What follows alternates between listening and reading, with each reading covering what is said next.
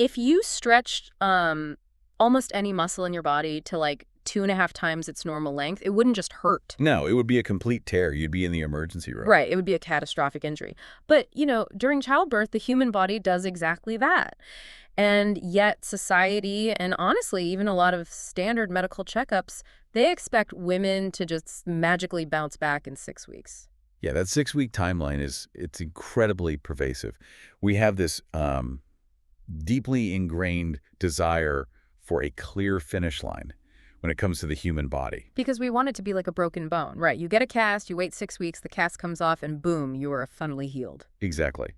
But postpartum recovery operates on an entirely different biological timeline. It really does. And that 6-week postpartum visit is, it's the perfect example of this illusion. You go in, the doctor makes sure you don't have like an acute infection, they check that your immediate wounds are closed, and then you're cleared.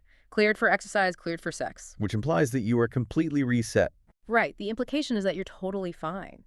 But there are so many women who hit that 6-week mark or even the 6-month mark, and they feel incredibly broken. Like things do not feel normal down there, and they start to think they've just been left behind. And that's because they're being held to a timeline that simply doesn't exist in nature. The 6-week checkup is essentially a triage check. It is absolutely not the end of the physiological healing process. So to really understand what's happening to the body, we have to fundamentally redefine what the word recovery actually means in a medical context, don't we? We do. Because if recovery means returning 100% to the exact state the tissue was in before pregnancy, well, then the timeline isn't 12 months. The timeline is never. Wow. Okay, let's unpack this. Our mission for today's deep dive is to answer a very specific, highly requested question from you guys listening. Can vaginal tissue actually recover naturally after 12 months postpartum? Or is there a hard biological limit to what the body can do on its own? That's a great question. And to answer that, we've got a really fascinating stack of sources today. We're pulling from clinical guidelines from the British Society of Sexual Medicine, research on something called the genitourinary syndrome of lactation, which we will get into, and expert physiotherapy insights on postpartum rehab. Yeah, the data here is really eye-opening. To understand if the tissue can heal after a year, we really have to start with the sheer scale of the physical trauma. Right, because when you look at the mechanics of a vaginal birth in these sources, the numbers are just staggering. They really are. To allow a baby's head to pass, the pelvic floor musculature, specifically, a major group of muscles called the levator ani, has to stretch to 250% of its resting length. 250%. That's the tearing point I mentioned at the start. I mean, how does a muscle even survive that? Well, the human body is remarkably adapted to survive it, but survival comes with a massive physiological cost. True postpartum recovery from that kind of, extreme mechanical event isn't a 6-week sprint. It is a 6 to 18-month marathon. 18 months. Yes. And even at the end of that marathon, the actual architecture of the pelvis is fundamentally altered. Right, the sources talk about the levator hiatus. Exactly, the levator hiatus. This is the actual gap, the opening, the pelvic floor muscle that the baby passes through. It widens significantly during birth. And it shrinks back down, right? It does shrink back down to a similar size by about 12-month postpartum, sure. But the clinical data is crystal clear here. It never returns to its exact prenatal size. So the physical footprint of the pelvis is permanently changed. Permanently, yes. But it's not just the muscles, right? Because there's also the connective tissue, like the fascia holding everything together. What happens when that gets stretched to the breaking point? So when connective tissue stretches or tears, the body doesn't just seamlessly fuse it back together with the exact same material. It goes through this incredibly slow, multi-stage remodeling process. First, the body rushes in to lay down what's called type 3 collagen. Think of type 3 collagen as temporary biological scaffolding. It's weaker, it's more rigid, and it's very scar-like. Oh, I see. It's like throwing up some 2x4s and duct tape just to keep the roof from caving in before you can actually rebuild the house. That is a perfect analogy, exactly. The body's only goal at this early stage is to patch the acute damage as fast as possible so you don't hemorrhage. That makes sense. And the process of swapping out that temporary scaffolding takes a very long time. It takes 12 months, sometimes longer, for the body to break down that rigid type 3 collagen and remodel it into the stronger, more elastic type I collagen. But even after a full year of this remodeling, I was reading that the connective tissue only regains about 80% of its original strength. Right. 80% is about the maximum. So If I stretch a rubber band to 250% of its normal size, it's either going to snap or it's going to stay permanently warped. Are we saying the vaginal tissue is basically a rubber band that hits an 80% recovery ceiling? Well, imagine that rubber band is made of living tissue. It doesn't just snap and stay dead, it actively tries to patch itself up. But the biological cap on that repair is indeed around 80%. The structural integrity is permanently altered. Wow. And this mechanical stretching is the exact reason why up to 50% of women report symptoms of vaginal laxity long after giving birth. 50%. That is half of all women who give birth. Exactly. And they describe, a feeling of looseness, a lack of friction, or even the sensation of air entering the vagina. The deep structural support just isn't the same. Okay, so if my tissue is physically maxed out at 80% strength from just the mechanical stretch, that's one hurdle. Hmm. But there's a hidden chemical reason why natural recovery often stalls out way before that 12-month mark. Right, the hormonal piece of the puzzle. Yeah. Nature basically sets up a scenario where feeding the baby actively sabotages the healing of the mother's vagina. It sounds harsh, but yes. We are talking about the hormonal hurdle of breastfeeding. The medical literature refers to this as the genitourinary syndrome of lactation, or GSL. GSL. It's amazing how rarely this is discussed openly, because here's what is happening chemically based on the research. To produce breast milk, your body has to aggressively spike its levels of a hormone called prolactin. Right. But prolactin is kind of a bully. Its presence violently suppresses the ovary's production of estrogen and androgens like testosterone. Which throws a lactating mother into what we call a hypoestrogenic state. Yeah. Honestly, if you look at her hormonal profile during this time, it perfectly mimics menopause. Wait, menopause. So she's dealing with a newborn and menopause at the same time. Essentially, yes. Yeah. Hormonally speaking. Let's visualize this. It's like you're trying to rebuild that damaged house we talked about earlier. You've got the scaffolding up, but the supply trucks carrying the bricks and cement, which in this case is the estrogen, have been completely rerouted. Yep. They bypass the house entirely and head straight to the baby's milk factory. Because estrogen is the master builder for the genitourinary tract. You absolutely need estrogen to maintain the thickness of the vaginal wall. You need it for natural lubrication. And most importantly, for this recovery timeline, you need it for collagen synthesis, right? Exactly. Collagen synthesis and wound healing. When you completely deprive the tissue of estrogen, those vaginal walls remain incredibly thin, fragile, and very prone to micro tears. Which hurts. It hurts a lot. This is the primary driver behind postpartum dyspareunia, which is severe pain during sex. Because the tissue is quite literally starved of the hormone it needs to heal the trauma from the birth. And, looking at the sources, the fallout doesn't just stop at tissue thickness. This lack of estrogen completely crashes the vaginal microbiome, too. It really does. The entire vaginal ecosystem relies on estrogen. Estrogen signals the tissue to produce glycogen. And glycogen is the food, right? Right. Glycogen is the primary food source for the good bacteria in the vagina, the lactobacilli. So think about it. No estrogen means no glycogen. No glycogen means you are starving the good bacteria. And when those die off? When his lactobacilli die off, they stop producing lactic acid. And that causes the pH of the vagina to rise. It becomes far less acidic. And a less acidic vagina is basically a welcome mat for bad bacteria. Yeah. It leads to constant irritation, strange discharge, and recurring infection. Exactly. This completely upends the idea that natural recovery is just a waiting game. You can wait 12 months, Yeah. but if you are breastfeeding that whole time, your tissue has been trapped in a menopausal, estrogen-deprived state. Wow. Your healing isn't based on the calendar. It is heavily dependent on when your hormonal environment actually normalizes. Okay, so let me get this straight. If my estrogen is depleted and my tissue is biologically capped at an 80% mechanical recovery anyway, why is the universally prescribed advice for pelvic floor dysfunction always the exact same? You mean Kegels? Yes. You go to the doctor, you complain about these issues, and they just say, go home and do your Kegels. Are Kegels actually fixing this collagen issue, or are we treating the wrong thing? Well, let me be clear. Pelvic floor physical therapy, which includes Kegels, is brilliant. It is the absolute gold standard first-line treatment. But We have to be incredibly precise about what Kegels can and cannot do. Because there is a crucial difference between training a muscle and repairing collagen, A right? massive difference. Kegels only train the muscles surrounding the vagina. They can improve muscle control, they help lift the pelvic organ slightly, and they are fantastic for mild urinary incontinence. Okay. But they absolutely cannot rebuild stretched collagen or repair torn fascia. This is a huge misunderstanding of human anatomy. So you could do 1,000 Kegels a day and it wouldn't fix the overstretched tissue. Exactly. You can have the strongest pelvic floor muscles in the world. You could be like an Olympic weightlifter. But if the connective tissue, that fascia holding everything together, is overstretched, you will still experience laxity. You simply cannot exercise a ligament back into its original shape. Ah, that makes so much sense.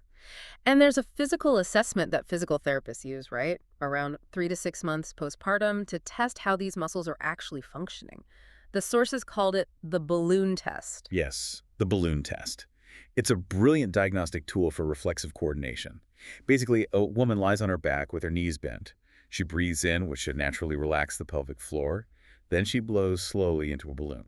So think of your core like a canister. When you blow into that balloon, you are pushing air pressure down into the canister. Right. And a healthy pelvic floor acts like a trampoline. It catches that pressure and automatically bounces back up, lifting inward to support your internal organs. But if that tissue is compromised, If it's compromised, it acts like a hammock that just sags outward under the weight. If the pelvic floor bulges outward instead of lifting inward while she blows up the balloon, it shows a severe lack of reflexive coordination. The core, the diaphragm, and the pelvic floor are no longer communicating properly. okay, so put yourself in the listener's shoes. Imagine you're 12, maybe 18 months postpartum. You've finished breastfeeding, so your hormones have normalized. You've done your Kegels religiously. Right. Maybe you even passed that balloon test because your muscles are strong. But you still feel loose. You still have bladder leakage when you jump, or you have pain during intimacy. You're probably sitting there thinking, I didn't try hard enough. I failed to bounce back. And we need to completely relieve that guilt right now. If a woman is past 12 to 18 months postpartum, her type I collagen has fully remodeled to whatever extent it naturally will. Her natural time is up. Her body has healed as much as biology allows. If she still has moderate to severe laxity, stress, urinary incontinence, or prolapse, which is where the weakened vaginal wall allows organs like the bladder or uterus to literally bulge into the canal, almost turning it inside out like a sock. Ugh, which sounds terrifying. It is distressing. Yeah. But if she has those symptoms, she has hit the absolute limit of natural recovery. It is not a failure of effort. It is a strict limitation of human biology. That is such an empowering shift in perspective. It really means we can stop blaming women for their bodies just adhering to the laws of physics. Exactly. And this brings us to the final piece of the puzzle, medically backed interventions. Because once natural healing and physical therapy max out, the sources make it clear that you don't have to just live with it. There are interventions that actually force the tissue to regenerate or be mechanically restored. Right, and the first step is usually addressing any lingering hormonal deficit, which can be done even if a woman is still actively breastfeeding. Wait, if I'm breastfeeding, I don't want to be taking hormone pills that are going to get into my milk supply and affect the baby, right? No, of course not. And that is the beauty of low-dose topical estrogen. We're talking about things like Vegifem tablets or localized estrogen creams. Oh, so it's not a pill you swallow. No, you apply a very small dose of estrogen directly to the vaginal tissue.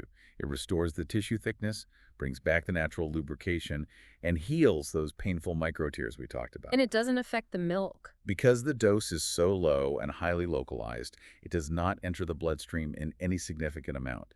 It is completely safe for breastfeeding mothers and doesn't impact milk supply at all. Oh, that's brilliant. It's like sneaking the supply trucks past the milk factory and driving them directly to the house that needs rebuilding. That's exactly what it is. But what if the issue isn't just hormones? What if the structural collagen is just too stretched out and the laxity is severe? That's where we look at non-surgical regenerative devices.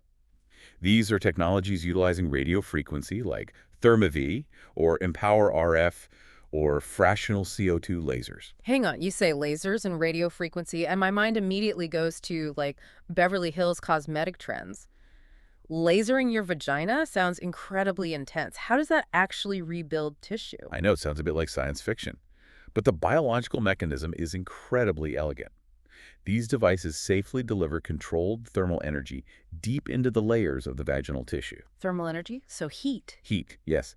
They heat the tissue just enough to purposely trigger a minor wound healing response. It essentially wakes up the dormant fibroblast cells. Those are the cells responsible for spinning new connective tissue. Oh, so it's tricking the body. Exactly. By tricking the body into thinking it needs to heal the area again, it forces those cells to generate brand new collagen and elastin fibers. Over a few short sessions, this actively thickens the vaginal wall and tightens the tissue without a single surgical incision. That is wild. But if the damage is beyond what a laser can tighten, say, major scarring from a severe episiotomy tear, or extreme structural laxity, or a significant prolapse where the organs are descending, that's when structural surgery comes into play, right? Procedures like vaginoplasty or perineoplasty. Right. Vaginoplasty actually surgically reconstructs the canal by bringing those separated muscles back together and removing the excess stretched tissue. Perineoplasty reconstructs the perineum, often removing painful scar tissue from tearing that never healed correctly. I have to push back here for a second, because when people hear vaginoplasty or vaginal lasers, there is an instant reflex to dismiss these treatments as purely cosmetic. Oh, absolutely. Are we crossing a line here into the beauty industry just preying on postpartum insecurities? Yeah. Why do the medical guidelines consider this medically necessary? Dismissing these procedures as mere vanity is a massive disservice to women's health. And honestly, it ignores the physiological reality we've just spent this entire time unpacking. Yes, cosmetic improvements happen, but these procedures are fundamentally treating deep, functional, and psychological pathologies. Look at the clinical data. Up to 58% of first-time mothers report sexual dysfunction a full year out from birth. 58%! We are talking about women who avoid intimacy entirely because of severe tearing pain. Women who pee themselves every time they jump, cough, or sneeze. Women who literally feel their internal organs bulging out of their body when they stand up. It completely dictates how they move through the world. They stop exercising, they stop socializing. Treating this isn't vanity. It restores friction for sexual pleasure, it eliminates chronic pain, it stops urinary leakage, and it fundamentally gives a woman her quality of life, her relationship intimacy, and her bodily confidence back. So if you are listening to this and you're navigating this timeline, natural vaginal recovery is not a 6-week bounce back. It is a phenomenal, highly complex 6 to 18-month marathon. It really is. But it absolutely has a hard biological ceiling.